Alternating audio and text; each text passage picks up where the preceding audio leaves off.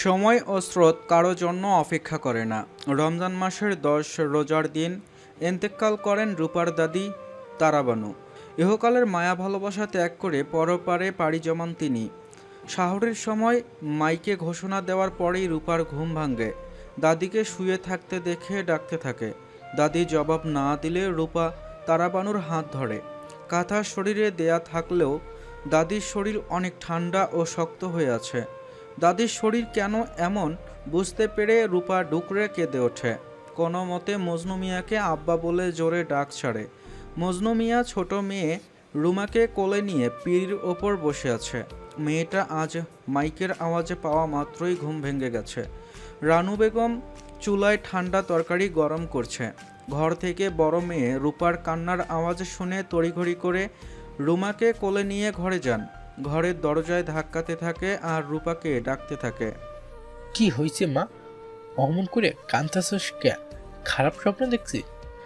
বাবার কথা শুনে রূপা আরও জোরে জোরে কাঁদতে থাকে। মজনু মিয়া এবার বিপাকে পড়ে। তিনি একবার তারাবানুকে ডাকতে থাকে। মা মা দরজাটা খোলো, রূপায় তো কান্তাছে, তুমি দরজাটা খুলে দাও। কিন্তু ভিতর থেকে তারাবানুর কোনো সাড়া শব্দ পাওয়া যায় না। মজনু মিয়া এবার ভয় পেয়ে যান। আঙ্গিনার মধ্য থেকে স্বামীর এমন চিৎকার শুনে দৌড়ে আসেন রানু বেগম। তিনি শুনতে পারে রূপার ডুকরে ডুকরে কান্না করছে। তিনি রূপাকে বলে, রূপা, ও মা, কি হয়েছে তোর আম্মা? দরজাটা খোল, নাহলে কেমনে ভিতরে যামু? মায়ের কথায় রূপা আস্তে আস্তে এসে কাঠের দরজার খিড়কি খুলে দিয়ে মাকে জাপটে ধরে কান্না করতে থাকে। রূপার কান্না দেখে রানু বেগম বলেন, তোর দাদি কই? তোর কান্দন শুনে এখনো ওঠেনি? মায়ের কথায় রূপা কান্নাজড়িত কণ্ঠে বলল, মা, ও মা, দাদির হাত পা ঠান্ডায় শিকড়ে লাগছে, দাদি নিঃশ্বাস নিচ্ছে না। রূপার কথা শুনে বুকের ভেতর ধড়াস করে ওঠে বাহার মিয়া ও রানু বেগমের। তাড়াতাড়ি বিছানার মধ্যে তারাবানুর শরীরে হাত রাখতেই আঁতকে ওঠে রানু বেগম। স্বামীর মুখের দিকে চেয়ে চিৎকার দিয়ে ওঠে, ও আল্লাহ গো, একই সর্বনাশ হইল। মার মধ্যের মাঝে নাই গো রূপার বাপ, মার বাঁচে নাই। বউয়ের কথায় থমকে যায় মজনু মিয়ার পৃথিবী। তারাবানুকে জাপটে ধরে দুকরে ওঠেন তিনি। আল্লাহ, মোর মা ওডারে মোর থেকে কেড়ে নিলে, মোর মাও ছাড়া এখন মুই কেমনে থাকবো? কেটা মুখ এখন বাজান বাজান করে ডাকবো? আল্লাহ গো, মোর কি সর্বনাশ হইয়া গেল! আল্লাহ গো, মা, ও মা, ওঠো না গো মা। ঘুম ভেঙে গেছে সবার। রাতের আধারে কান্নার শব্দ সবার কানেই পৌঁছে গেছে। আশেপাশের বাড়ি থেকে সবাই চিৎকার শুনে রূপাদের বাড়িতে আসছে। তরিও মায়ের কাছে গিয়ে বলল, মা, রূপাদের বাড়ি থেকে চিৎকার শোনা যাচ্ছে, চলো তো দেখি কি হয়েছে। রেহনা বেগম ঘর থেকে লাইট নিয়ে রূপাদের বাড়িতে এসে শুনতে পায় তারাবানুর মৃত্যুর খবর। তরি ওড়নায় মুখ চেপে চোখের পানি ফেলে। রূপা দাদি দাদি করে ডুকরে কান্না করছে। মজনু মিয়া অজ্ঞান হয়ে গেছে। তাকে কলপাড়ে নিয়ে মাথায় পানি ঢালছে জামিল ও রেজা চাচা। রানু বেগম তারাবানুর মাথার শিউরে বসে কান্না করছে। ছোট্ট রুমা সবার কান্না করা দেখে নিজেও কান্না করছে। তরি রুমাকে কোলে নিয়ে পিঠে আস্তে করে থাবা দিতে থাকে, যেন রুমার কান্না থেমে যায়। এর মধ্যে সেখানে উপস্থিত সরকার বাড়ির পুরুষ সদস্যরা। দুই ভাই তারাবানুর মৃত্যুর খবর শুনে অনেক দুঃখ প্রকাশ করেন। মজনু মিয়া জ্ঞান ফিরলে তিনি জোরে জোরে চিৎকার করতে থাকেন, মা, মা গো, ও মা, তুমি হামাগো সারে কৃষক গেলে, এখন হামাগো খেটা ছায়া, এখন হামাগো খেটা মাথায় ছায়া হইয়া থাকবি, হামাগোর ছায়াহীন করে গেলে কৃষক। বলতে বলতে ডুকরে কাঁদতে থাকেন মজনু মিয়া। মেনেকের মাও ঘর থেকে গামছাটা দিয়ে যাও তো, মজনুর মাথাটা মুছে দেই। রেজা মিয়ার কথা শুনে মতিয়া বেগম গামছা এনে দেয় স্বামীকে। গামছা দিয়ে তিনি মাথা মুছে দেন। রফিক সরকার মজনু মিয়ার কাঁধে হাত রেখে বললেন, মজনু, নিজেকে শক্ত করো, তুমি এইভাবে কাঁদতে থাকলে বাকিদেরকে সামলাবে। আল্লাহ চাচির হায়াত এই পর্যন্ত রেখেছিল, এই কান্না করতে থাকলে চাচির রূহ কষ্ট পাবেন। রফিক সরকারের কথায় কিছু না বলে চুপ করে থাকেন মজনু মিয়া। নাফের ও জামিল মিয়া সহ কয়েকজন মিলে আঙ্গিনার মধ্যে চৌকি বসায়। এদিকে সরকার বাড়িতে ময়না বিবি টেবিলের ওপর বসে হাই হাই করতেছেন তারাবানুর জন্য। সাবিনা বেগমকে বলেছেন তাকে সাথে নেওয়ার জন্য। সাবিনা বেগম মানা করে এই রাতের বেলা না যাওয়ার জন্য। আম্মা আপনার বাতের ব্যথার জন্য আজ ঘুমাতে পারেননি, তাছাড়া এখন রাতের বেলা আপনার যাওয়ার কোনো দরকার নেই। ভোর সকালে মিলির সাথে ও বাড়ি যেন। এই রাতের বেলা পড়ে গেলে তখন আরেক সমস্যা হবে আপনার জন্য। ছেলের বউয়ের কথায় আর কিছু বলেন না তিনি। রেখা বেগম টেবিলের ওপর ভাতের গামলা বড় প্লেটে দিয়ে ঢেকে নিয়েছে। সামিনা বেগমের হাতে ভর্তা ও ডিম ভাজির বাটি। তাড়াহুড়ো করে 2 জা ভাত, আলু ভর্তা ও ডিম ভেজেছেন। এই সময়ের মধ্যে এইটুকু করতে পেরেছেন তারা। বাড়িতে যা খাবার আছে তা বাহার মিয়াদের সবার জন্য হবে না। এছাড়াও মরা বাড়িতে আরও অনেকে থাকবেন। রাইটের আলো সাহায্য হাতে খাবার নিয়ে রূপাদের বাড়িতে যাচ্ছে 2 জন। শরীফকে বাড়িতে রেখে গেছে। যাওয়ার আগে মিল্লিকে বলেছে যেন সবাই খাবার খায়। 2 জা খাবার নিয়ে রূপাদের বাড়ি পৌঁছায়। রেহেনা বেগম রূপার মাকে সান্ত্বনা দিচ্ছে। বড় 2 জাকে খাবার আনতে দেখে বলেন, অনেক ভালো করেছেন ভাবি খাবার এনে। আমি তো বাড়িতে যেতে পারিনি, যে রান্না করে নিয়ে আসব। রেখা বেগম বললেন, সমস্যা নেই রেহেনা, আমরা এনেছি তো। এই সময়ের মধ্যে বেশি কিছু করতে পারিনি আমরা, এই জন্য ভর্তা ভাত আর ডিম ভাজি এনেছি। রেহেনা বেগম সে কথা শুনে বলেন, এই দিয়েই হয়ে যাবে ভাবি। আমি প্লেট গ্লাস বের করে নিয়ে আসি। রানু আসো, হাত মুখ ধুয়ে একটু ভাত মুখে দাও। তোমরা এমন ভেঙে পড়লে রূপাকে কে দেখভাল করবে বলো তো? বোঝানোর ভঙ্গিতে বলেন সাবিনা বেগম। রানু ধীর পায়ে বিছানা ছেড়ে উঠে বাহিরে যায়। রেহেনা বেগমের হাতে শোকেসের চাবি দিয়ে বলেন, ভাবি এই নিন শোকেসের চাবি। প্লেট বাইর করে সকলের খাবার দেন, মুই উপরে হাত মুখ ধুইয়ে আনি। রানু বেগমের কথায় সায় জানিয়ে শোকেসের মধ্য থেকে মেলামাইনের প্লেট বের করেন রেহেনা বেগম। তরির কোলে ছোট্ট রুমা ঘুমিয়ে গেছে, এজন্য সে ওদের ঘরে এসে বিছানায় শুইয়ে দিয়ে শরীরের ওপর কাঁথা দিয়ে ফ্যান ছেড়ে দেয়। তরি রেহেনা বেগমের কাছে আসে বাড়ি যাওয়ার জন্য। রেহেনা বেগমকে একথা বললে তিনি সাবিনা বেগমকে বলেন বাড়ি যাওয়ার কথা। সাবিনা বেগম শুনে বললেন, সময় তো বেশি নাই আর, আমরা যা আনছি তাই দিয়ে মজনু মিয়া সহ সবাই মিলে খাই। আজান পড়বে একটু পর, তোমার ভাইজান আনতে গেছে ওকে। সাবিনা বেগমের কথা শুনে তরির মা বললেন, কিন্তু ভাবি চাচিকে তো একা রাখা যাবে না। এই সময় চাচির কাছে ময়না, বিলকিস ও কুনসুমের মা আছে, এই জন্য ওদিকে চিন্তা করতে হবে না। চলো আমরা খাবার বেড়ে দিই। তরি মা তুইও আয়। সাবিনা বেগমের কথা শুনে মা মেয়ে চুপচাপ ঘরে চলে যায়।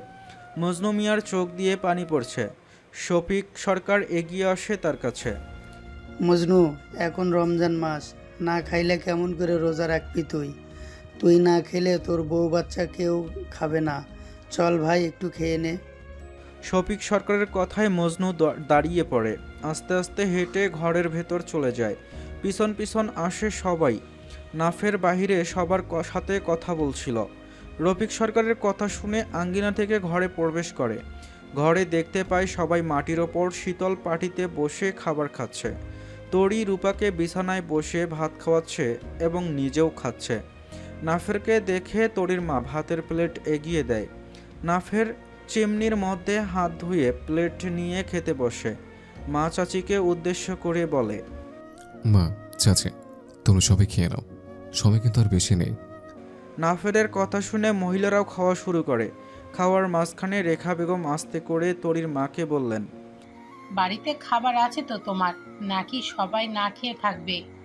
রেহেনা বেগম বললেন, না ভাবি, ঠান্ডা ভাত তরকারি আছে, সেটাই খাবে, কোনো সমস্যা হবে না। তোরির বাবা এখনও আসেনি এখানে, তুরাগ আর আম্মা বাড়িতে একা, এজন্য সাহারি শেষ করে আসতে বলেছি। এদিকে রূপা হিচকি তুলছে আর অল্প অল্প ভাত খাচ্ছে। দাদির মারা যাওয়ার মানতেই পারছে না সে। কত আদর করতো ওর দাদি ওকে। এখন কে এভাবে ওকে আদর করবে ভেবেই কান্না করে দেয় রূপা। রূপার কান্না দেখে তরির বুকে চিনচিনে ব্যথা হয়, যেন সুয়ের মাথা বুকে বিঁধে গেছে। বেলা বাজে দুপুর 3টে। তারাবানুর দাফন সম্পন্ন হবে আর কিছুক্ষণ পর। মেয়ের কান্নার আওয়াজে ভারী হয়ে উঠছে পরিবেশ। গোসল করানোর শেষে কাফনের কাপড় পরিয়ে খাটিয়ার ওপর শোয়ানো হয়েছে তারাবানুকে। তারাবানুকে শেষ দেখা দেখতে এসেছে আত্মীয় স্বজন, পাড়া প্রতিবেশী সকলে। মানুষজনের উপস্থিতিতে গিজগিজ করছে বাড়ির পরিবেশ। রফিক সরকার তাড়া দেয় সবাইকে। মৃত ব্যক্তিকে বেশিক্ষণ বাইরে রাখলে রুহের কষ্ট হয়, তাড়াতাড়ি লাশ দাফনের ব্যবস্থা করতে হয়। মজনু মিয়ার নিজের কোনো ভাই নেই, সেজন্য তিনি এবং তার বোনের স্বামী রহমান, ইমরান হোসেন ও নাফের মিলে দোয়া পড়ে খাটিয়া কাঁধে তোলে। মরহুমার লাশ কাঁধে তুলে ভিটার দিকে যেতে থাকে। পিছনে সবাই দোয়া পড়তে আসছে। যতই সবাই বাড়ি ছেড়ে সামনে এগোচ্ছে, ততই ডুকরে কান্নায় ভেঙে পড়ছে তারাবানুর পরিবারের সদস্যরা। ভিটার কাছে গিয়ে খাটিয়া মাটিতে রাখে। খাটিয়া থেকে লাশ কবরের মধ্যে রাখা হলে সবাই দোয়া পড়ে কবরে মাটি দিয়ে দেয়। মাটি দেওয়া শেষ হলে মজনু মিয়া কবর জড়িয়ে ধরে কাঁদতে থাকেন। সবাই ধরাধরি করে তাকে বাড়ি নিয়ে আসেন। বিকেল বেলায় ব্যস্ততায় কাটছে তরির। মরহুমার বাড়ির সবার জন্য ইফতারির আয়োজন করা হচ্ছে। সরকার বাড়ি থেকে দুজা এসেছেন সাহায্য করার জন্য। এত মানুষের কাজ রেহেনা বেগমের একা করা সম্ভব নয় বলেই দুই জায়ের আশা। মিলি রুমাকে কোলে নিয়ে বসে আছে। রেখা বেগম পেঁয়াজ কাটছে। কুসুমের মা মুরগি কাটছে। ইমরান হোসেন মুরগি ও মাছ এনেছেন মজনু মিয়ার আত্মীয় স্বজনদের জন্য, যেন কেউ না খেয়ে যেতে না পারে। রমজানের সময় কাউকে ইফতার না করে যেতে নিষেধ করেছেন। পাড়া প্রতিবেশীর এমন মেলবন্ধন খুব কমই দেখা যায়। গ্রামে সবার এমন ভ্রাতৃত্ববোধ ও মিলেমিশে থাকাই সহজ সরল জীবনের এক অবিচ্ছেদ্য অংশ। ময়না বিবি ও আসমা বেগম দুইজন ঘরে বসে তারাবানুর কথা বলছে আর চোখের পানি ফেলছেন। জানো বাবু, কালকে মোর সাথে গল্প করে গেল সেরিডা, কি ভালো আসিল, কেডা জানছে এমন হবি। আসমা বেগমের কথা শুনে ময়না বিবি বললেন, আরে আসমা, সে কখন মরবো তার কোনো ঠিক নাই। মোদেরও বয়স হয়েছে, কয়দিন আর বাঁচি আল্লাহ জানে। বলেই দীর্ঘশ্বাস ফেললেন তিনি। জীবন কখনো থেমে থাকে না, বয়ে চলা শান্ত নদীর মতোই ধীরে ধীরে চলতে থাকে। কারো জন্য নেই কোনো পিছুটান, নেই কারো মায়ায় জড়ানোর ভয়। শুধু সময়ের বেড়াজালে আবদ্ধ থাকে সকল সৃষ্টি।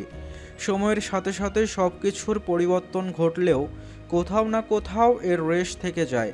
পরিবর্তনটা মস্তিষ্কের সাথে হলেও মনের ভেতরের সকল আবেগ, ভালোবাসা, হাসি, কান্না, উদ্দীপনা যেন তারা তাজা ঘায়ের মতো উজ্জীবিত থাকে, যা একটু আঘাত লাগলেই পুনরায় ক্ষত হয়ে ওঠে। তারাবানুর মৃত্যুর আজ 18 দিন পার হতে চলল। মজনু মিয়া মায়ের বিরহে এখনও কাতর। বাবা মা বিহীন দুনিয়াতে একজন এতিম সন্তানের বেঁচে থাকা কত কষ্টের, তা একমাত্র এতিম সন্তানরাই বলতে পারবে। এতিমদের দুঃখ কষ্টে সহমর্মিতা দেখানো যায়, কিন্তু তাদের সেই কষ্টে ভরা জীবনযাপন অনুভব করা যায় না। মায়ের কথা মনে পড়তেই বুক খা খা করে ওঠে মজনু মিয়ার। প্রতিদিন তারাবানুর কবর জিয়ারত করে মজনু মিয়া। নাওয়া খাওয়া যেন ভুলেই বসেছে। সারাদিন রোজা রেখে ইফতারে এক মুঠো ভাত কোনো মতে গিলে। স্বামীর এমন অবস্থা দেখে শাড়ির আঁচলে মুখ গুজে কাঁদে রানু বেগম। চোখের পানি আঁচলে মুছে মজনু মিয়ার সামনে দাঁড়ায়। রূপার বাপ, শুনছ? একটা কথা কইবার চাই। রানু বেগমের কথা শুনে ধ্যান ভাঙ্গে মজনু মিয়ার। আস্তে করে বলেন, কি কবা রূপায় মাও, তাড়াতাড়ি খুইয়ে ফেল, সরকার বাড়ির যাওয়ার লাগবি। আমার দুপুরে কইয়া গেছে ওই বাড়িতে যেন যাই। রানু বেগম আলতো স্বরে বললেন, তুমি আর এমনি ভাঙে পড়ো না, তোমার চোখ মুখে দেখে তাকান যায় না। এমন করতে থাকলে তোমার ভালো মন্দ কিছু একটা হইলে তখন মোদের কি হবে গো? রানু বেগমের কথা শুনে মজনু মিয়ার বুকের মধ্যে ধক করে ওঠে। আসলেই তো, তার কিছু হয়ে গেলে এই 3 নিষ্পাপ জীবনের দায়িত্ব কে নেবে? কিছু না বলে নিঃশব্দে বারান্দা থেকে উঠে চলে যায়। স্বামীর এমন চুপচাপ উঠে যাওয়া দেখে ডুকরে কেঁদে ওঠেন রানু বেগম। সরকার বাড়িতে আত্মীয় স্বজনে ভরপুর। বিকেলের একটু আগেই ঢাকা থেকে শরীফের বাবা মা দুই বোন এসে পড়েছে। বহুদিন পর বাড়ি ফিরে পরিবারের সবার মুখ দেখা কত যে আনন্দের হয় সেইটা একমাত্র সেই ব্যক্তি বলতে পারবে যে পরিবারের সবার কাছ থেকে দূরে ছিল। মরিয়ম জাহান মা ভাবিদের সাথে বসে গল্প করছে। উঠানে বসে আছে 3 কিশোরী, তাদের হাসির আওয়াজে মুখরিত সরকার বাড়ি, যেন আজ সরকার বাড়িতে ঈদ লেগেছে। কাজিন ভাই বোন এক একটা রত্ন, এরা সবাই কাছে থাকলে প্রতিদিন ঈদের মতো মনে হয়। এই কাজিন নামের বিচিত্র প্রাণীগুলো একসাথে থাকলে মন খারাপ আপনা আপনি দূর হয়ে যায়। লিলি আপা, তুমি তো অনেক সুন্দর হয়েছো আগের চেয়ে। রিমির কথায় খিলখিল করে হেসে ওঠে মিলি। রিমির কথার প্রত্যুত্তরে মিলি বলল, কেন রে রিমি, আগে কি আমাকে অসুন্দর লাগতো? না আপা, আগেও তোমাকে সুন্দর লাগতো, এখন আরো বেশি ভালো লাগছে, কারণ এখন তোমার মুখে সাদা আটা লেগে আছে। বলেই হাসতে থাকে দুই বোন। বোনের হাসি দেখে মিলিও ফিক করে হেসে ওঠে। দূর থেকে 2 জোড়া চোখ স্নেহ ও মুগ্ধ চোখে তাকিয়ে আছে। এক জোড়া চোখে আছে না হওয়া প্রেয়সীর জন্য মুগ্ধতা, অপর চোখ জোড়ায় রয়েছে বোনদের জন্য স্নেহ। বোনদের এমন প্রাণবন্ত হাসি শুনে ভাইদের কলিজায় শীতল হাওয়া বয়ে যায়। তরিদের বাড়িতেও মেহমানে ভরপুর। ফুফাতো ভাই বোনদের সাথে হাসি ঠাট্টায় মেতে উঠেছে সে। জোহরের নামাজের পর ঘুমিয়ে গিয়েছিল তরি। হঠাৎ ঘুমের মধ্যে কেউ ভাউ করে চিৎকার করলে ধরপড় করে উঠে বসে সে। সামনে দাঁড়ানো মানবীকে দেখতে পেয়ে অবাক চোখে তাকায়। প্রথমে ভ্রম ভেবে ভুল করলেও পরবর্তীতে নুরির করা বাচ্চা মতে ঘুম ছুটে যায় তরির। জোরে জোরে বলে, নুরি বুড়ি আর কাতুকুতু দিস না, আমি আর হাসতে পারছি না, পেটে টান পড়ছে। তরির কথায় নুরি কাতুকুতু দেয়া বন্ধ করে। তরিকে দুষ্ট হেসে জিজ্ঞেস করে, তুই তো দেখি নায়িকা শাবানার মতো আরো সুন্দরী হয়েছিস। আলমগীর বা জসিম কেউ কি তোর জীবনে চলে আসছে নাকি রে? নুরির কথায় তরি লজ্জা পেলেও নিজেকে সামলে নেয়। নুরির পিঠে আলতো চাপড় মেরে বলে, ধুর, চুপ থাকো বুড়ি, রোজার দিনে এসব কথা বলতে নেই, জানিস না তুই? তরির কথায় নুরি হাসতে থাকে। নুরি, চল বাইরে যাই, সবার সাথে দেখা করে আসি। তোরা যে আজ আসবে আমি তো জানিই না। আরে মামাকে তো মা ফোন দিয়ে রাতে জানিয়েছে, তোকে বলতে হয়তো সবাই ভুলেই গেছে। চল এখন বাইরে যাই, এত প্যারা নিস না বোন। বহুদিন ধরে আমি ভুলিয়াছি এই না মাটির পথ, খুঁজিয়াছি আমি শয়নে স্বপনে, পাইনি কো আর দেখা তার। আঙ্গিনার মধ্যে কাঠের টুলের ওপর বসে আছেন তরির ফুপু শেফালি বেগম। মা ও ছোট ভাইয়ের বউয়ের সাথে খোশ গল্পে মেতে উঠেছেন তিনি। অনেকদিন পর আসলেন তিনি নিজ জন্মস্থানে।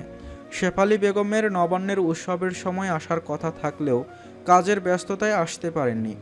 সিলেট শহরে স্বামী ও 3 ছেলে মেয়েকে নিয়ে থাকেন। শেফালি বেগমের স্বামী একজন পুলিশ অফিসার, চাকরির সুবাদে সেখানেই থাকা তাদের। বিবাহিত মেয়েদের জীবন অন্যরকম। জীবনের চিরচেনা নকশা এক লহমায় পরিবর্তন হয়ে যায়। বিবাহের মাধ্যমে নিজের বাবা মা ভাই বোন আত্মীয় স্বজনদের ছেড়ে নিজের বেড়ে ওঠা ভূমি ত্যাগ করে স্বামীর ঘর গ্রহণ করতে হয়। এই হয়ে আসছে যুগের পর যুগ। এজন্য হয়তো নারীরা কমলমতি, আদরিনী, অচেনা কাউকে নিজের সঙ্গী হিসেবে পেয়েও কত সহজে মানিয়ে চলতে পারে। অনন্য নারী জাতি। তরি বাহিরে এসে শেফালি বেগমকে জড়িয়ে ধরে। ভাইজিকে পেয়ে খুশি হয়ে যায় শেফালি বেগম। রেহেনা বেগম বললেন, আমাদের তরি তো বড় হয়ে গেছে, কয়েকদিন পর জামাই হবে তোমার রেহেনা, প্রস্তুত থাকো এখন থেকেই। শেফালি বেগমের কথা শুনে লজ্জা পায় তরি। শেফালির কাছ থেকে উঠে দাঁড়িয়ে বলল, যাও তো ফুপু, তুমি শুধু শুধু এগুলা বলো, আমি বিয়ে করতে চাই না, তোমাদের সাথেই থাকতে চাই আমি। নাতনির কথা শুনে আসমা বেগম বললেন, শোন সেরির কথা, ওই নাকি বিয়া শাদি করবো না। রেহেনা বেগম ও নুরি সবার কথা শুনে মুসকে মুসকে হাসছে। নুরি আসমা বেগমকে বলল, ঠিক বলেছ নানি, তরিকে বাড়ির আশেপাশে বিয়ে দিয়ে দাও, তাহলে ওর কোনো সমস্যা হবে না। বলেই তরির পানে তাকিয়ে হাসে। নুরির কথায় তরি বলল, চুপ থাকতে বুড়ি বাচ্চা, তোকে আগে বিয়ে দিতে হবে। তরির কথা শুনে সবাই হাসতে থাকে। শেফালি বেগম বললেন, হ্যাঁ রে মা, তুই ঠিক বলছিস, নুরির জন্য আমরা একটা ছেলে দেখছি, তোর ফুপার সাথে ছেলের বাবা কাজ করে, নুরিকে তার ছেলের বউ করতেছে। এখানে আসা 2 দিন আগে বলেছেন, তোর ফুপা এখনো কিছু বলেনি। মেয়ের কথা শুনে আসমা বেগম বললেন, স্যারার বাড়ির সকলে যদি ভালো হয় তাহলে বিয়াটা দিয়া দিস। নুরির মুখের পানে তাকিয়ে তরি মুখ টিপে টিপে হাসছে, চোখের ইশারায় বলছে, দেখ এবার কেমন লাগে। সরকার বাড়িতে উৎসবের আমেজ যেন শুরু হয়ে গেছে। একটু আগে বাড়িতে উপস্থিত হয়েছে রফিক সরকারের মেয়ে নীলা, সাথে আছে 3 বছরের ছোট মেয়ে রিদি ও স্বামী রয়হান। এতদিন পর মেয়েকে পেয়ে আবেগে আপ্লুত হয়ে গেছে সবাই। সাবিনা বেগম মেয়েকে জড়িয়ে ধরেন, রেখা বেগমের কোলে ছোট্ট রিদি, রায়হান সবার সাথে কুশল বিনিময় করেন। মিলির ঘরে শুয়ে আছে রিমি ও সিমি, মিলি ওদের মাঝখানে শুয়ে গল্প করছে। বাহিরের ঘর থেকে হইচইয়ের আওয়াজ পেয়ে বের হয়ে আসে মিলিরা। বসার ঘরে নীলাকে দেখে একসাথে চিৎকার দেয় 3 বোন।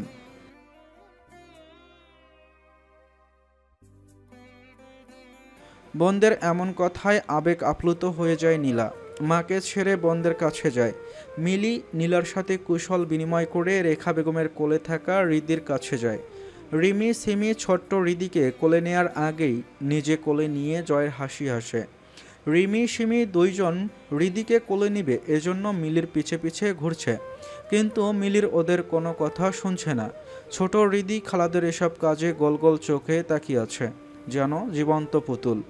নাফের ও শরীফ 2 জনে বাহিরে গিয়েছিল, বাড়িতে এসে বোনকে দেখে চমকে যায়। রায়হান ও নীলার সাথে কুশল বিনিময় করে শরীফ। নাফের পিছন থেকে নীলার মাথায় ঠোকা মেরে জিজ্ঞেস করল, আরে ফেলানির মাও, কখন আসলে? আমাকে ফোন করতে পারতে। নাফেরের কথায় নীলা নাফেরের কান টেনে দিয়ে বলে, বেলাজের বাপ, আমি তোমার থেকে 3 বছরের বড় বোনকে এগুলো বলতে লজ্জা লাগে না? সিয়াম বিয়ে করছে, তুমি কবে বিয়ে করবে? শরীফ পিছন থেকে বলল, আপু, ভাইয়ার বিয়ে খাওয়ার জন্য রেডি হও, আমরা সিয়াম ভাইয়ার বিয়ের পর নাফের ভাইয়ার বিয়ে খাবো। নাফের মৃদু ধমক দেয় শরীফকে এসব বলার জন্য। সবাই শরীফের কথা শুনে হেসে চলেছে। বহুদিন পর যেন সকল প্রজাপতির আনাগোনা এই বাড়ি নামক বাগানে, যেখানে সবার হাসি ঠাট্টা মজার কথায় প্রাণ ফিরে পেয়েছে। ভাই বোনদের এমন খুশির মুহূর্ত সবার চোখে লাগার মতো। কখনো ঝগড়া, কখনো মান অভিমান, খাবার জিনিসে ভাগ বসানো, সব কিছুতেই আলাদা একটা ভালোবাসা থাকে। তাদের খুনসুটির মধ্যে সেখানে উপস্থিত হন ময়না বিবি ও মরিয়ম জাহান। মরিয়ম ও ময়না বিবি ঘুমিয়েছিলেন, সবার কথা বলার আওয়াজে বের হয়ে আসেন। নীলাকে দেখে অনেক খুশি হয়। নীলা ফুপু ও দাদিকে জড়িয়ে ধরে ওদের সাথে কুশল বিনিময় করেন। রায়হান সোফার ওপর বসে আছে, রোজা থাকায় চেহারায় অনেক ক্লান্তি ভাব এসে গেছে। ময়না বিবি জামাইকে নিয়ে নীলাকে ঘরে যেতে বলেন, শরীফকে বলে ব্যাগগুলো ঘরে দিতে আসতে। এদিকে ছোট্ট রিদি নাফেরকে দেখে কান্না করছে নাফেরের কোলে ওঠার জন্য। ভাগ্নিকে দেখে কলিজা শীতল হয় নাফেরের। দীর্ঘদিনের সিয়াম সাধনা শেষ হয়ে যাচ্ছে। রহমতের দিনগুলো দেখতে দেখতে চলে গেল। আগামী রবিবার মুসলমানদের পবিত্র ধর্মীয় উৎসব ঈদুল ফিতরের দিন। রমজানের শেষ শুক্রবারকে শেষ জুম্মা বলা হয়।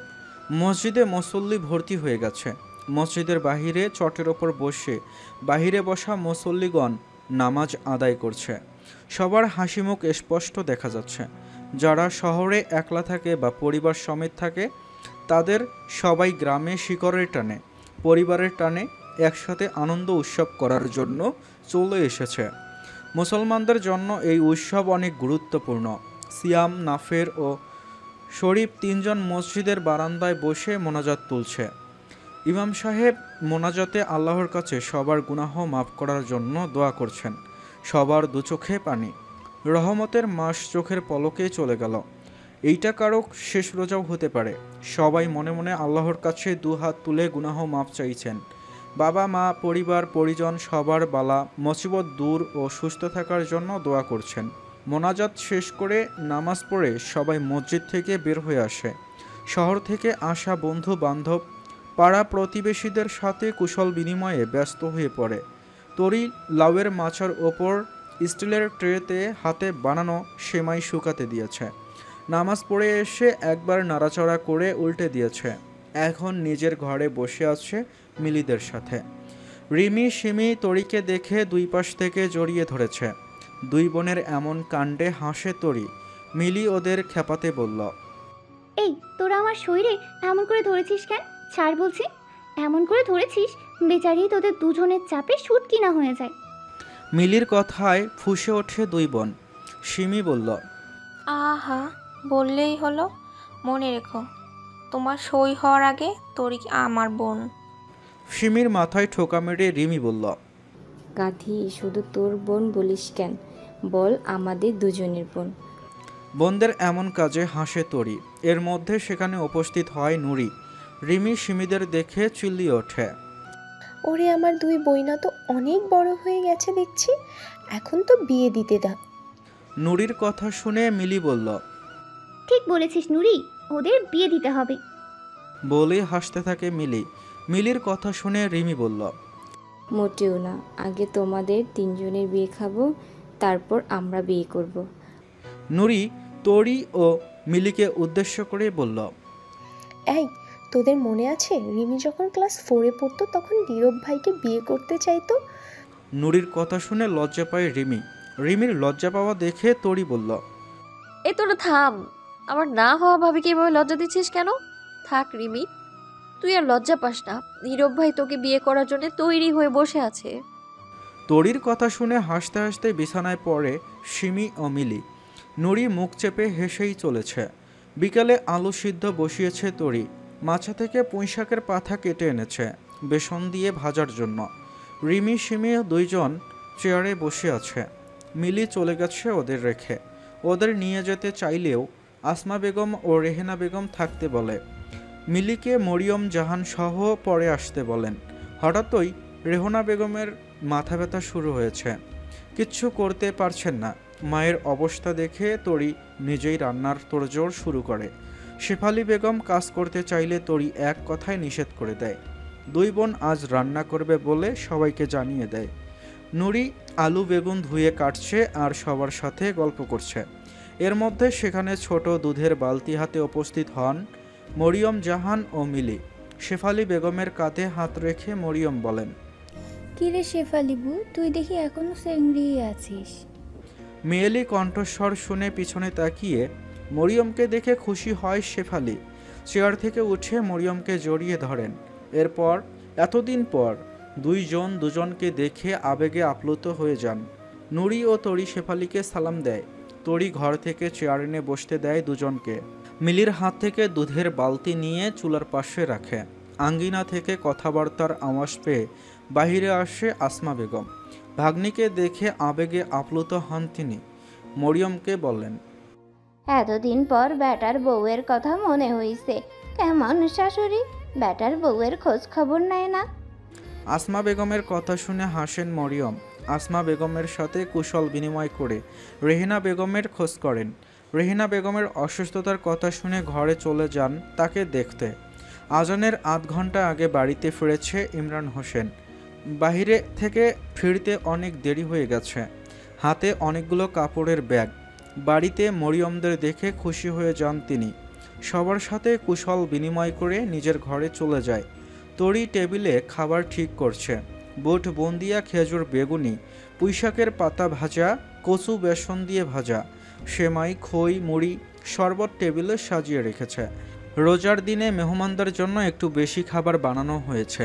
রূপা ও ফুলিদের বাড়িতে ইফতারির পাঠানো হয়েছে। আজ শেষ রোজা। দেশব্যাপী জুড়ে ঈদের আনন্দের মহড়া লেগে গেছে। কচিকাচাদের ঈদের আনন্দ সকাল থেকে শুরু হয়ে গেছে। ঈদের পোশাক নিজেদের ছোট্ট ট্রাঙ্কে তুলে রেখেছে, যেন কেউ জামা দেখতে না পারে। বিছানার নিচে এক কোণায় মায়ের পুরাতন কাপড়ের ওপর সযত্নে তুলে রাখা স্টিলের ট্রাঙ্কটা যেন অমূল্য সম্পদ। কেউ এই ট্রাঙ্কে হাত দিতে পারবে না। পাড়ার সব কচি কাচার দল এক জায়গায় মিলিত হয়েছে আজ। গোপন আলোচনা সভা বসিয়েছে খুদে সদস্যরা। সবাইকে উদ্দেশ্য করে গোপন কথা শুরু করে তুরাগ। সাবধানী চোখে আশপাশ লক্ষ্য করে সবাইকে বলে, শোন, কাল কিন্তু ঈদ। আমরা কিন্তু সন্ধ্যার সময় রাস্তা দিয়ে ওহ মোর রমজানের ওহ রোজার শেষে এলো খুশির ঈদ এই গান গাইব। তোরা সবাই আসবি, আর মরিচ পটকা ফুটাবো স্কুলের মাঠে। তুরাগের কথা শুনে রনি বলল, মরিচ পটকা ফুটাতে দেখলে তো বড়রা বকা দিবে। তুরাগ বলল, নাফের ভাইয়ারা ফুটাবে, আমরাও সেখানে ছোটরা আনন্দ করব। এবার বুঝলি সবাই? তুরাগের কথায় সায় জানিয়ে সবাই বলে, হ্যাঁ রে তুরাগ, আমরা সবাই আসবো। রূপা বলল, এই তোরা কি মেহেন্দি কিনছিস? কেয়া বলল, হ্যাঁ আমি স্মার্ট মেহেদি কিনেছি। তোরা কে কি মেহেদি কিনেছিস? কেয়ার কথায় একে একে সবাই বলতে শুরু করে কে কি মেহেদি কিনেছে। রোজি বলল, বাবা তো স্মার্ট মেহেদি কিনে এনেছে। দোকানদার চাচা বলেছে এই মেহেদির রং নাকি গাঢ়, অনেক গাঢ় হবে। সবার বলা শেষে রূপা ফারজানাকে জিজ্ঞেস করে, তুই কি মেহেন্দি কিনছিস রে ফারজানা? ফারজানা হেসে বলল, আব্বাই তো আমার জন্য লিজান মেহেদি আনছে, সাথে 2টা ক্লিপ ফ্রি দিছে। সবাই অবাক হয়ে ফারজানার কথা শুনে। কি বলিস? সত্যি ক্লাব দিছে নাকি মিথ্যা কথা বলছিস? ফারজানা মাথা নেড়ে সায় জানায় যে সত্যি বলছে। রূপা বলল, ইস, আগে জানলে আব্বারে স্মার্ট মেহেন্দি আনতে মানা করতাম। হেনি দূর, কিনে যখন ফেলছি এখন আর কিছু করার নাই। এরপরে ঈদের লিজান মেহেন্দি কিনুম। ফারজানা বলল, জানিস আমার জামার সাথে ক্লিপের রং অনেক মানাইছে। মা তো কইল কাল লিলিপুর থেকে চুল বাইন্দা নিতে। রূপা বলল, মুইও তরিবুর থেকে চুলগুলো বাইন্ধা নিমো। তরিবু কইছে কে কে মেহেন্দি দিবি সবাই যেন তাড়াতাড়ি যায়, না হলে সময় পাইবে না। এখন বাড়িতে যা সকলে, জামা দেখ ঠিক জায়গায় আছে কিনা, কেউ দেখলে কিন্তু পুরাতন হইবে মনে রাখিস। মোর জামা মুই দাদির বাক্সের মধ্যে তালা মারে রাখছি। সবাই রূপার কথা শুনে চলে যেতে থাকে, কিন্তু তুরাগের কথা শুনে থেমে যায়। তুরাগ সবাইকে বলল, শোন, তোরা বেশি বেশি করে হাতে মেহেন্দি দিতে চাইবি না, আপুর হাতে ব্যথা হবে। আজ অনেক কাজ করেছে এমনিতেই। সবাই তুরাগের কথা শুনে বাড়ির পথে চলে যায়। বাড়িতে মা বোনেরা সবাই ব্যস্ত, কাপড় চোপড় ধুয়ে রোদে শুকাতে দিয়েছে। মাটির মেঝেতে সুন্দর করে কাদা মাটির প্রলেপ দিতে ব্যস্ত। কেউ বা আবার ব্যস্ত বাচ্চা কাচ্চাদের বিভিন্ন আবদার মেটাতে। পুরুষরা সবাই নিজেদের কাজে ব্যস্ত। সামর্থ্য অনুযায়ী পরিবারের সবার জন্য ঈদের বাজার থেকে শুরু করে সেমাই, চিনি, দুধ, নারকেল, মিষ্টি প্রভৃতি ক্রয় করছে। পরিবারের সবার মুখে হাসি যেন পুরুষদের বুকে এক আকাশসম প্রশান্তি দেয়। সরকার বাড়িতে ঈদ ও বিয়ের উৎসব একসাথে লেগে গেছে। আত্মীয় স্বজনে ভরপুর সরকার বাড়ি। সকাল থেকে ব্যস্ত নাফের। গ্রামের গরিব মানুষকে কাপড়, সেমাই, চিনি দেওয়া হচ্ছে। প্রতিবেশী হিসাবে তাদের হক আছে আনন্দ সবার সাথে ভাগ করার। এই জন্য ক্ষুদ্র প্রচেষ্টা যেন সবাই মিলেমিশে ঈদের আনন্দ ভাগ করতে পারে। আশরাফ সরকার বেঁচে থাকাকালীন পরিবারকে এই শিক্ষা দিয়েছেন, যা আজও সবাই অব্যাহত রেখেছে। তরি কোমরে ওড়না পেঁচিয়ে আঙ্গিনার মধ্যে কাজ করছে। পাশে বসে নুরি মেহেদি দিয়ে দেওয়ার জন্য ঘ্যান ঘ্যান করছে। তরি কাজ রেখে নুরিকে বলল, তুই নিজেও তো অনেক ভালো মেহেদি দিতে পারিস, তাহলে আমার কাছে এমন ঘ্যান ঘ্যান করছিস কেন? নুরি হেসে বলল, তোর মেহেদি দেওয়া বেশি সুন্দর, এজন্য দিয়ে দিবি। ঠিক আছে দিয়ে দেব, কিন্তু তুই সন্ধ্যার সময় রূপাদের দিয়ে দিবি। ওরা অনেকগুলো একসাথে আসবে, আমি একা একা দিতে পারবো না। আগে তাও মিলি সাহায্য করতো, কিন্তু ওর বাড়িতে অনেক মেহমান এসেছে, তাদের মেহেদি দিতেই সময় চলে যাবে। তরি মুস্কি হেসে বলল, মাগরিবের আজানের সুমধুর সুর চারদিকে ছড়িয়ে পড়েছে। মসজিদে ছেলেরা বসে আছে। সামনে বড় গামলার মধ্যে সুন্দরভাবে মুড়ি মাখানো হয়েছে। একপাশে বড় বাটিতে বেগুনি, পেঁয়াজু, জিলাপি রাখা হয়েছে। বড় বড় 2টা জগের মধ্যে পানি রাখা। শেষ রোজার দিনে সবাই এই ছোট্ট আয়োজনের ব্যবস্থা করেছে। সবাই দোয়া পড়ে ইফতার শুরু করে। ইফতার শেষে অনেকে পেঁয়াজু, বেগুনি বেশি হলে একপাশে পলিথিনের মধ্যে রাখে। তারপর সবাই নামাজ আদায়ে ব্যস্ত হয়ে পড়ে। নামাজ শেষে কয়েকজন বাদে সবাই বের হয়ে যায় মসজিদ থেকে। বাহিরে কচি কাচাদের উচ্ছ্বাসিত কণ্ঠে জোরে জোরে বলছে, এই চাঁদ দেখা গেছে, ওই চাঁদ দেখা গেছে। আবার কেউ কেউ বলছে, কালুত কালুত, কালকে ঈদের দিন। বাহিরে ছোটদের আওয়াজ শুনে হাসে মসজিদে থাকা যুবকরা।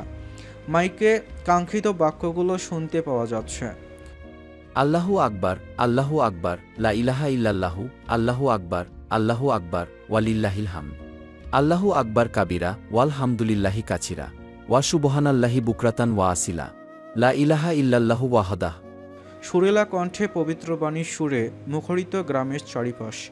তাকবীরের প্রতিটি বাণী মুসলমানদের অন্তরে কাঁপন ধরিয়ে দেয়।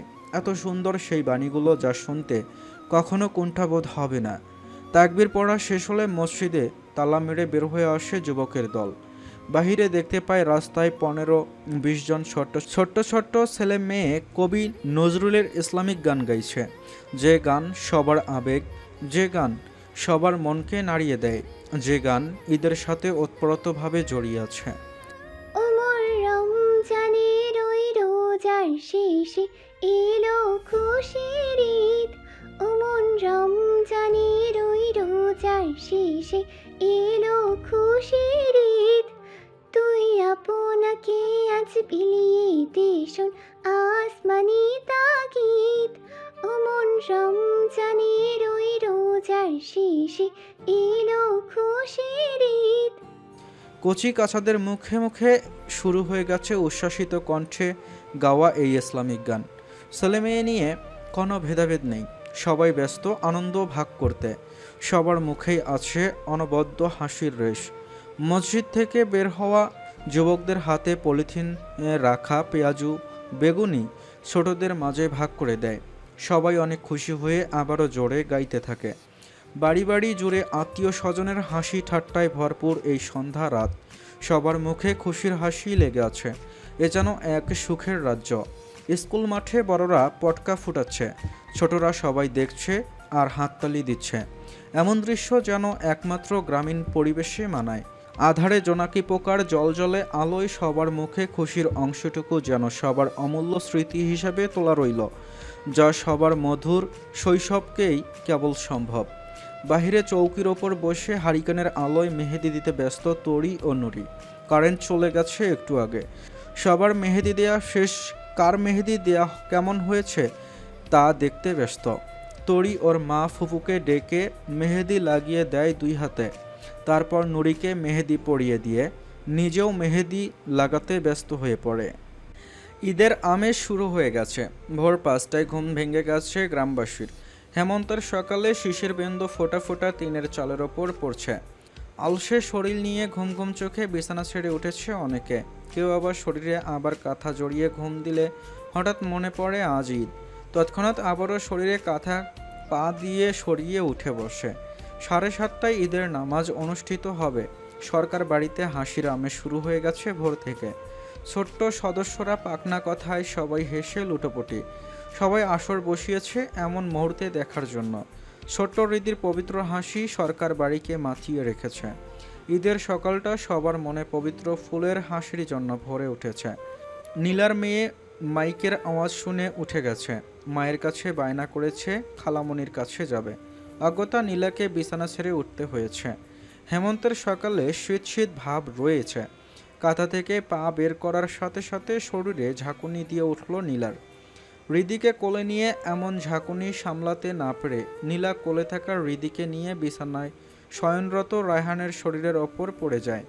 ঘুমের ঘোরে শরীরে ভারী কিছু পড়ায় রায়হানের মুখ দিয়ে জোরে ও মা গো আওয়াজ বের হয়। রায়হানের এমন আওয়াজে পেয়ে নীলার শরীরের নিচে চাপা পড়া ছোট্ট হৃদি করুণ সুরে বাবাকে বলল, বাবা ব্যথা পেয়ে তো কাঁদে না ঈদের তো দিদিমণি নিতে বলে গেছে, কাঁদছে না তো। মেয়ের এমন কথা শুনে নির্বাক হয়ে যায় নীলা ও রায়হান। নীলা তাড়াতাড়ি হৃদির ওপর থেকে উঠে যায়।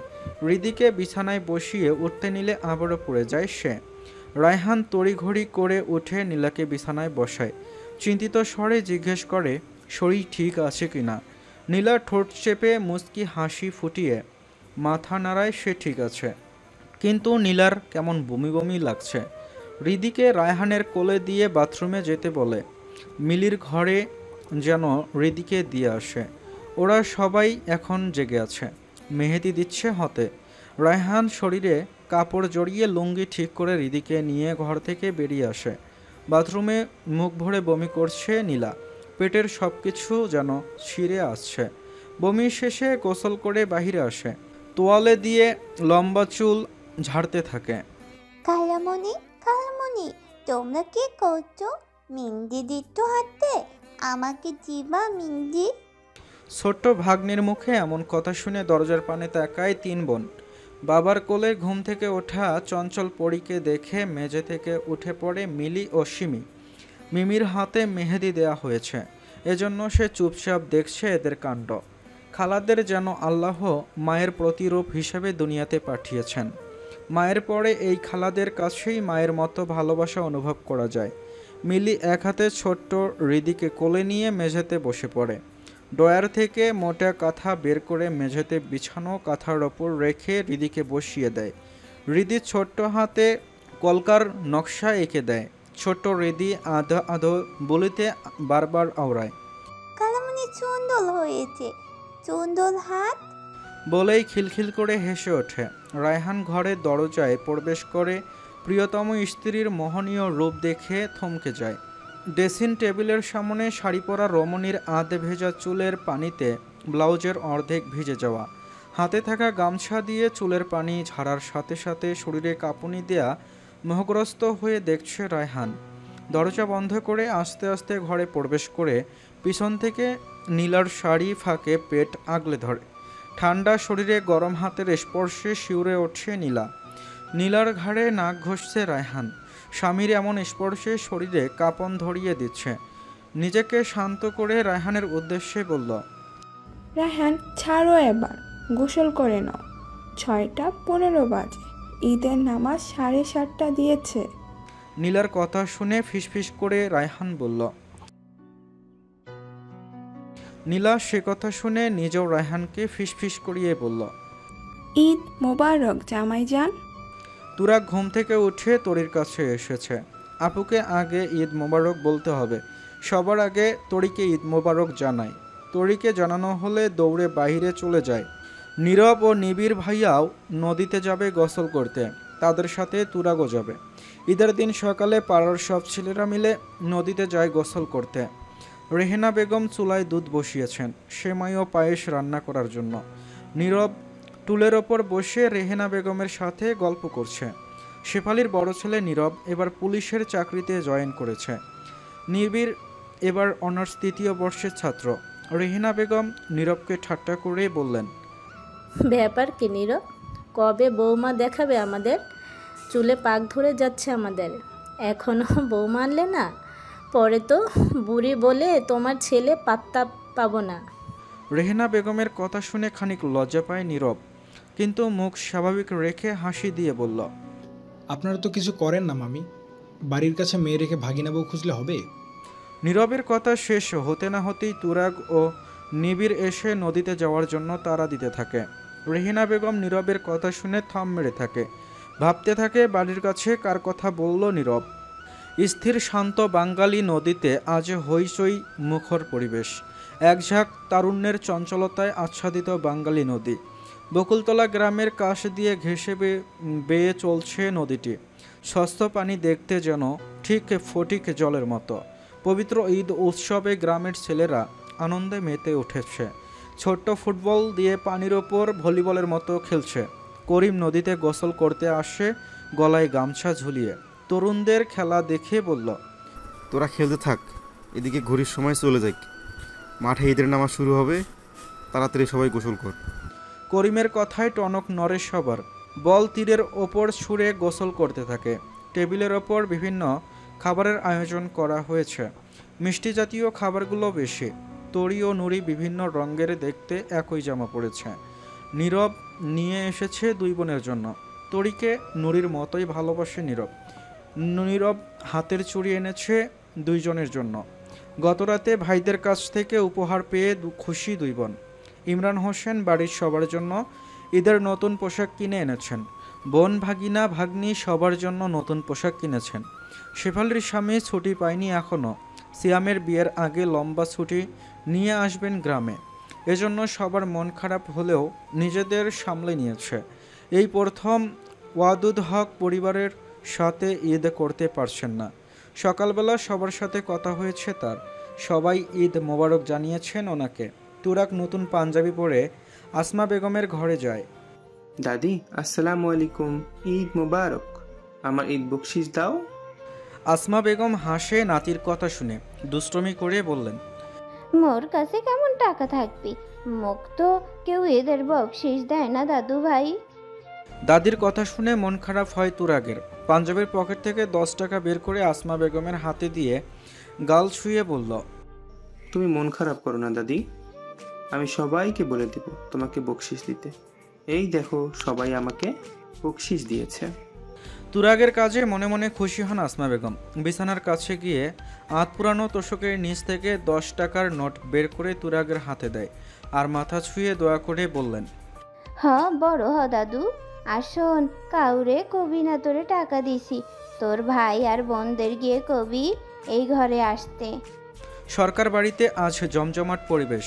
ভাই বোনেদের হাসি মজায় মেতে উঠেছে সরকার বাড়ি। নীলা নাফেরের কাছ থেকে ঈদের বকশিসের জন্য পিছে পিছে ঘুরছে। নাফের বোনকে খেপাতেই বলল, বেলাচের মায়ের 4 আনা, গাল ফুলিয়ে করে দোনামোনা, হাত পাচ্ছে টাকা চাই, বেলাচের মায়ের শরম নাই। হেমন্তের শিশির ভেজা সকালে ঈদগাহ মাঠে নামাজের জন্য সবাই পিপিলিকার শাড়ির মতো কাঁচা রাস্তা দিয়ে হেঁটে চলেছে। সবাই নতুন কাপড় শরীরে আবৃত করে রেখেছে। পুরুষদের সামনে নামাজের ব্যবস্থা করা হয়েছে। পিছনে কালো রঙের পর্দা দিয়ে মহিলাদের ঈদের নামাজ পড়ার ব্যবস্থা করেছে ঈদগাহ মাঠ কমিটি। তাকবীরের মধুর ধ্বনিতে চারিপাশে মুখরিত চঞ্চল পরিবেশ। কচি কাছার দল দল বেঁধে মাঠে নামাজ পড়ার জন্য এসেছে। তাদের পবিত্র হাসির ফোয়ারা বয়ে চলেছে ঈদগাহ মাঠ জুড়ে। বকুলতলা গ্রামের সবাই ঈদের নামাজ পড়তে এসেছে এই মাঠে। গোলাপি ও সোনালি রঙের ছোট ফুলের লম্বা 3 পিস পরেছে তরি, মাথায় সোনালি রঙা ঘোমটা টানা। নামাজ শেষে বাড়িতে এসে বারান্দায় রাখা চৌকির ওপর বসে জোরে জোরে শ্বাস ফেলছে। নামাজের পর হঠাৎই অনাকাঙ্ক্ষিত বাড়িধারায় হকচকিয়ে গিয়েছিল প্রকৃতি। মাঠের নামাজের পর এমন বাড়িধারা মাথায় নিয়ে সবাই নিজেদের শরীর শুকনো রাখতে আশ্রয় নিয়েছিল মাঠের পাশের ঘরগুলোতে। অনেকে আবার ঝিরে ঝিরে বৃষ্টি মাথায় নিয়ে বাড়ির পথে রওনা দিয়েছে। তরীরা সবাই জমির আইলের ওপর দিয়ে দৌড়ে পাড়ি জমিয়েছিল তরীদের বাড়িতে, এজন্য এমন জোরে জোরে শ্বাস ফেলছে। মিলির সাথে আজ 2 দিন পর দেখা হয়েছে তরীর। ব্যস্ততার কারণে কেউ কারোর সাথে দেখা করতে পারেনি। সমবয়সী বন্ধুত্ব বুঝি এমনই হয়। একসাথে বেড়ে ওঠা কাছের বন্ধুগুলো জীবনের সাথে ওতপ্রোতভাবে জড়িয়ে যায়। সেখানে রাগ কম, অভিমান বেশি থাকে, একটু মন খারাপের রেশ ও ভালোবাসা বেশি থাকে। মিলি মন ভার করে বলল, সই, তুই আমারে ভুলে গেছিস? একবারও দেখা করতে গেলি না। ঈদ কার্ডও দিস নাই এবার, এই প্রথম এমন করলি তুই। মিলির কথায় মুখ চেপে হাসে তরি, এক হাতে মিলিকে জড়িয়ে বলল, আরে সই, খুশি দিন এমন মুখ বেজার করে রাখিস না। তোর কার্ড আমি বানিয়ে ড্রয়ারে রেখে দিয়েছি। এখন আয় দুজনে একটু কোলাকুলি করি, তারপর তুই আমায় বকশিস দিবি। মিলি মুখ ভেঙচি দিয়ে বলল, হ্যাঁ, আমার ঠেকা পড়েছে তোরে বকশিস দিতে। তুই আমার ভাবি হলে একটা কথা ছিল, না চাইতেও ননদনী হিসেবে 5-10 টাকা দিতাম তোরে, কিন্তু না, তুই তো আর আমার ভাবি নাও যে টাকা দিমু। মিলির কথায় হই হই করে নুরি বলল, আরে কি বলিস এসব? নাফের ভাইয়ের সাথে তরির বিয়ের কথা বলছিস নাকি? মিলি মাথা নেড়ে সায় জানাতেই নুরি তরিকে জাপটে ধরে বলল, রাজি হইয়া যাবন, সিয়াম ভাইয়ের বিয়ের সাথে সাথে তোর বিয়াটাও খাইয়া যাই। 2 বোনের এমন কথায় মনে মনে লজ্জা পায় তরি। নিজের মুখ স্বাভাবিক রেখে বলল, চুপ কর দুই খচ্চর, বিয়ে বিয়ে করে আমার কান ঝালাপালা করে দিলি। আর একবার বিয়ের কথা বলে তোদের দেখিস কি করি আমি। ভাগ্য ভালো বড়রা কেউ এখনো আসেনি বাড়িতে। এগুলো শুনলে কি হবে ভাবতে পারছিস? নুরি ভেংসি কেটে বলল, এমন ঢং করিস না তো তরি। আজ হোক বা কাল হোক বিয়ে তো তোর করতেই হবে। আল্লাহ কখন কোন সময় বিয়ের ফুল ফোটাবে সেটা একমাত্র আল্লাহ জানে। অনেক সময় এমনও হয় যে মেঘ ছাড়া অনাকাঙ্ক্ষিত বৃষ্টির মতো বিয়ে হতে পারে, বুঝলি? উঠানে কাশির আওয়াজ পেয়ে কথা বলা বন্ধ করে 3 জন। সামনে তাকিয়ে দেখতে পায় 5 জন যুবককে। 5 রঙের পাঞ্জাবি পরা যুবকের মাথায় সাদা রঙের টুপি। চৌকির ওপর বসা অষ্টাদশীদেরকে দেখে নীল রঙের পাঞ্জাবি পরা রায়হান বলল, ঈদ মোবারক শালিকাগণ। রায়হানকে দেখে সালাম দেয় তরি ও নুরি। আসসালামু আলাইকুম দুলা ভাই, ঈদ মোবারক। কেমন আছেন আপনি? আলহামদুলিল্লাহ ভালো আছি। এত সুন্দর সুন্দর শালিকাদেরকে দেখে খারাপ থাকি কি করে বলো? নুরি হেসে বলল, তাই নাকি দুলা ভাই? নীলা আপু জানে আপনার এই কথা? জানতেই ইচ্ছে আপুকে। রায়হান ভয় পাবার ভান করে বলল, দিলে তো আমার মনটা খারাপ করে। রায়হানের কথায় মিলি বলল, শুনেন দুলা ভাই, এত কথা বাদ, এখন আমাদের ঈদ বকশিশ দেন। রায়হান বলল, অবশ্যই ঈদ সালামি দিব তোমাদের। তার আগে শালিকাদের উচিত দুলাভাইকে মিষ্টি জর্দা দিয়ে মিঠা পান খাওয়ানো। এদিকে দুই কিশোরীর পানে মুগ্ধ হয়ে তাকিয়ে আছে দুইজন প্রাপ্তবয়স্ক যুবক। একজনের চোখ মুগ্ধতা আর অপরজনের চোখে ভালো লাগার আবেশ। তরির মনে হচ্ছে কেউ ওকে গভীরভাবে পর্যবেক্ষণ করছে, কিন্তু কিছু বুঝতে পারছে না। সামনে দাঁড়ানো নাফের ও সিয়ামকে দেখে তরি বলল, ওয়ালাইকুম আসসালাম ভাইয়া, ঈদ মোবারক। ওয়ালাইকুম সালাম, ঈদ মোবারক তরি।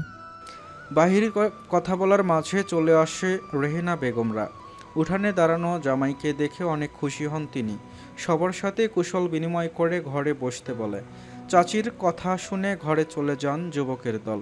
বড় ঘরে বিছানার ওপর বসে হাসি ঠাট্টায় মেতে উঠেছে যুবকের দল। নীরব বাহিরে গেছে রেহেনা বেগমের ডাক শুনে। হঠাৎই কথায় কথায় বিয়ের প্রসঙ্গ ওঠায় নিবিড় লজ্জা পাওয়ার ভান ধরে বলল, আমি তো তরির মতো কাউকে বিয়ে করব। আমার গ্র্যাজুয়েশন শেষ করেই মামাকে বলতে হবে তরির মতো একজন মেয়েকে খুঁজিয়ে দিতে, যাকে আমার বউ বানাবো। নিবিড়ের কথা শুনে হাসিমাখা মুখটাতে কালো মেঘ জমে নাফেরের।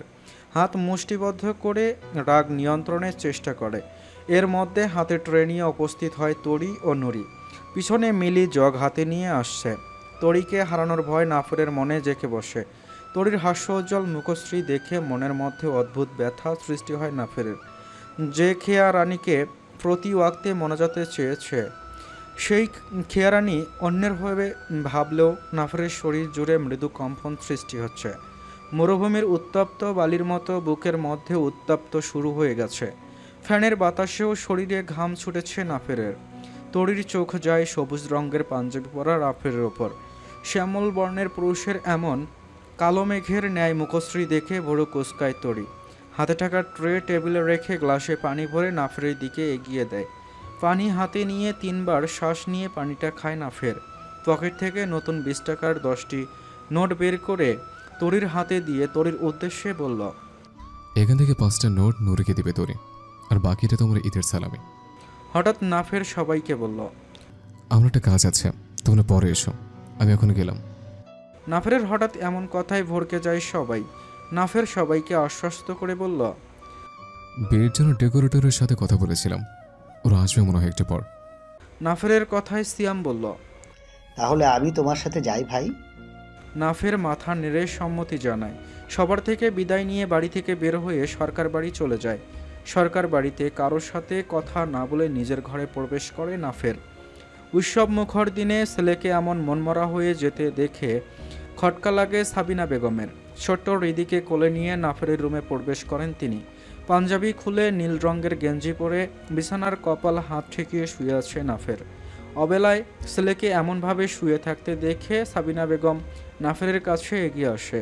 চুলে হাত বুলিয়ে বলে, কি হয়েছে বাবা, তোর এমন মন ভার কেন আস? নাফের মায়ের কথা শুনে কপাল থেকে হাত সরিয়ে রাখে। হাত সরানো মাত্রই আঁতকে ওঠেন সাবিনা বেগম।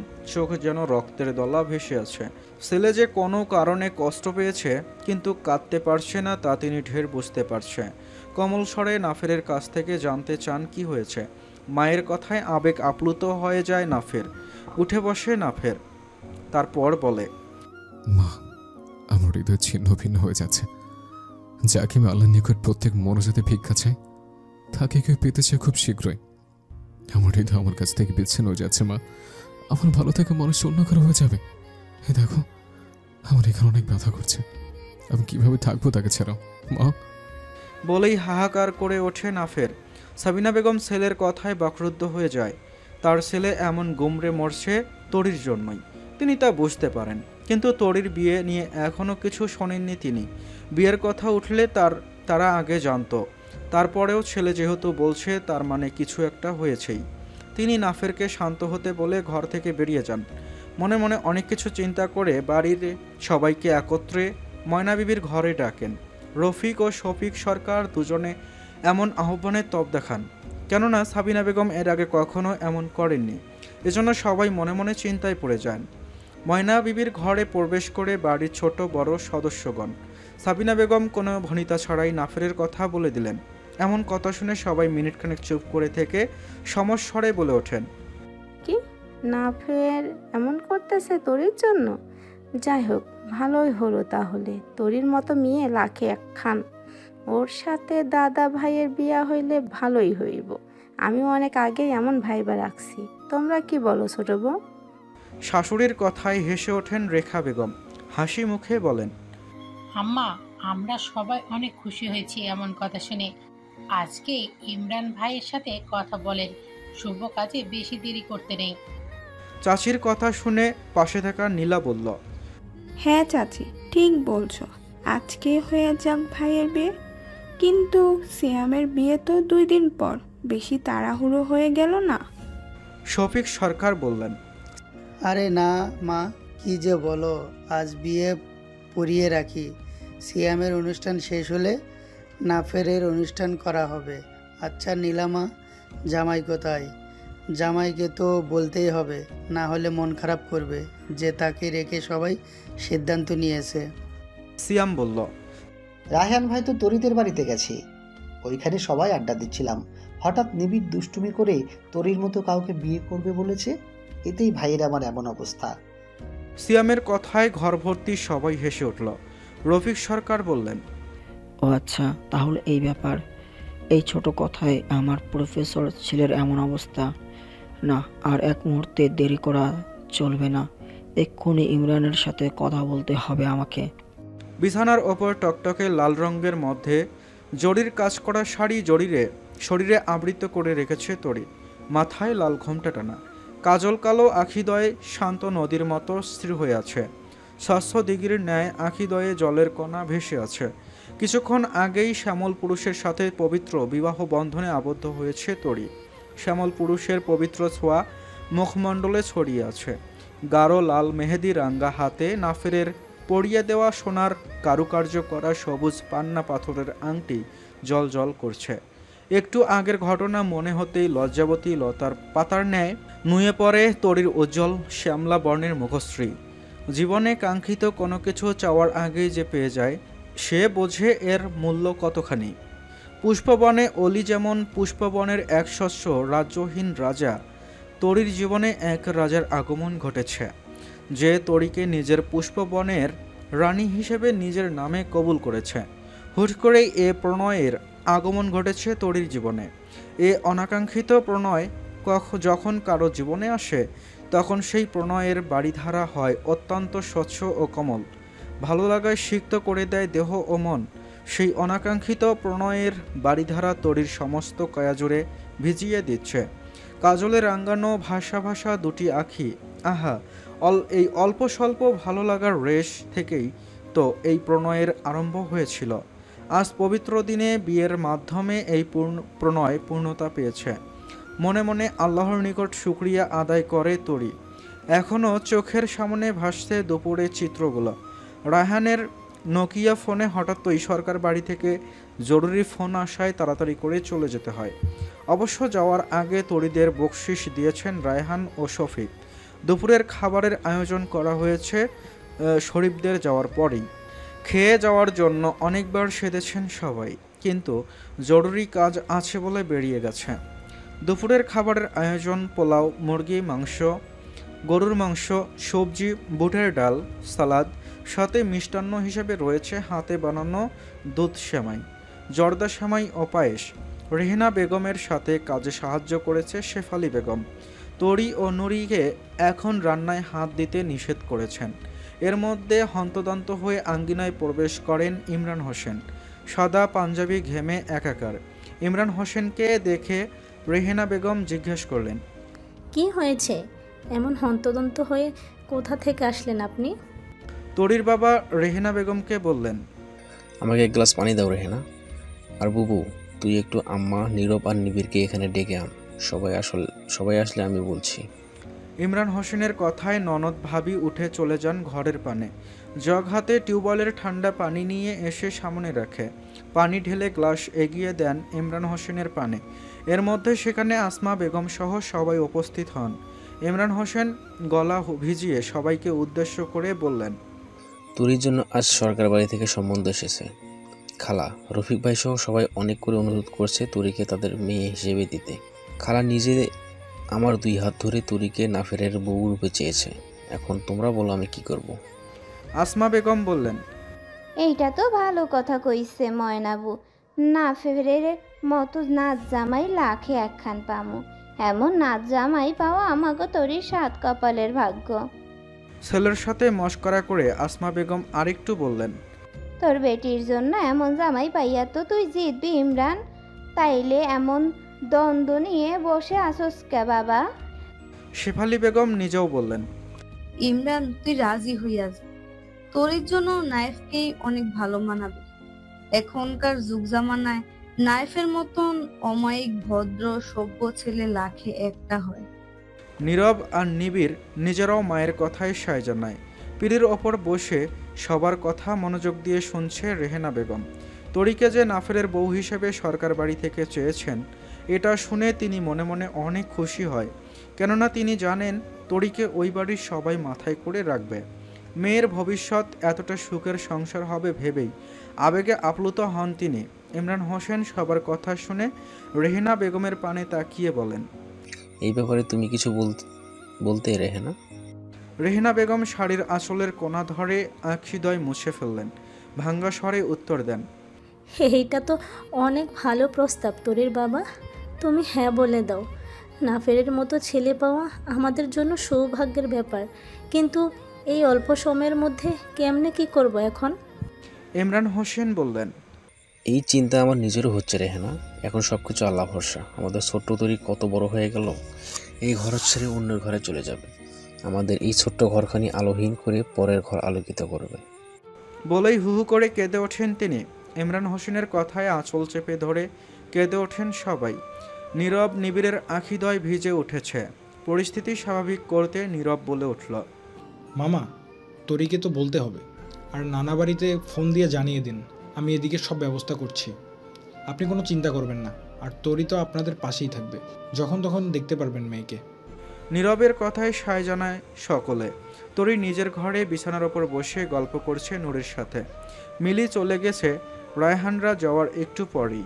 এখন দুজন কলেজের বিভিন্ন কথাবার্তা বলেছে আর হাসছে। দুজনের কথার মাঝে উপস্থিত হন আসমা বেগম ও শেফালি বেগম। তরি দুইজনকে দেখে উঠে বসে জায়গা করে দেয় বসার জন্য। নাতনির এমন কাজে বরাবরের মতোই খুশি হন আসমা বেগম। এই নাতনি তারে ছাড়া কিভাবে থাকবে ভাবতেই পরাণ পুরাই যায় ওনার। তরির এক হাত ধরে বললেন, তরি বুবু আমার বড় হইয়া গেছে তাড়াতাড়ি, এখন পরের ঘরে পাঠাইতে হইব ওরে। দাদির কথায় ভ্রুকুচকে তাকায় তরি। শেফালি বেগম ভাতেজের বাম পাশে বসে অন্য হাত আগলে নেন। মাথায় হাত বুলিয়ে বললেন, তরিমা, তোর জন্য সরকার বাড়ি থেকে বিয়ের প্রস্তাব এসেছে। নাইফের বউ করতে চাই তোকে। আমরা সবাই হ্যাঁ বলেছি। এখন তোর মতের উপর সিদ্ধান্তে ওদের জানিয়ে দিব। বিয়ের কথা শুনে তবদা খায় তরি। ঈদের দিনে এমন ঘটনা তরিকে হতভম্ব করে দেয়। দাদি ও ফুফু তরির মুখের পানে তাকিয়ে আছে উত্তরের আশায়। তরি অনেকক্ষণ দোনামোনা করে মাথা নেড়ে বলে উঠল, তোমাদের যা ভালো মনে হয় সেটাই করবে। আমি জানি তোমরা আমার জন্য ভালো কিছুই করবে সব সময়, তাই আমার কোনো আপত্তি নেই। ক্ষণিকের শীতল হাওয়া জানালা দিয়ে ঘরে প্রবেশ করছে।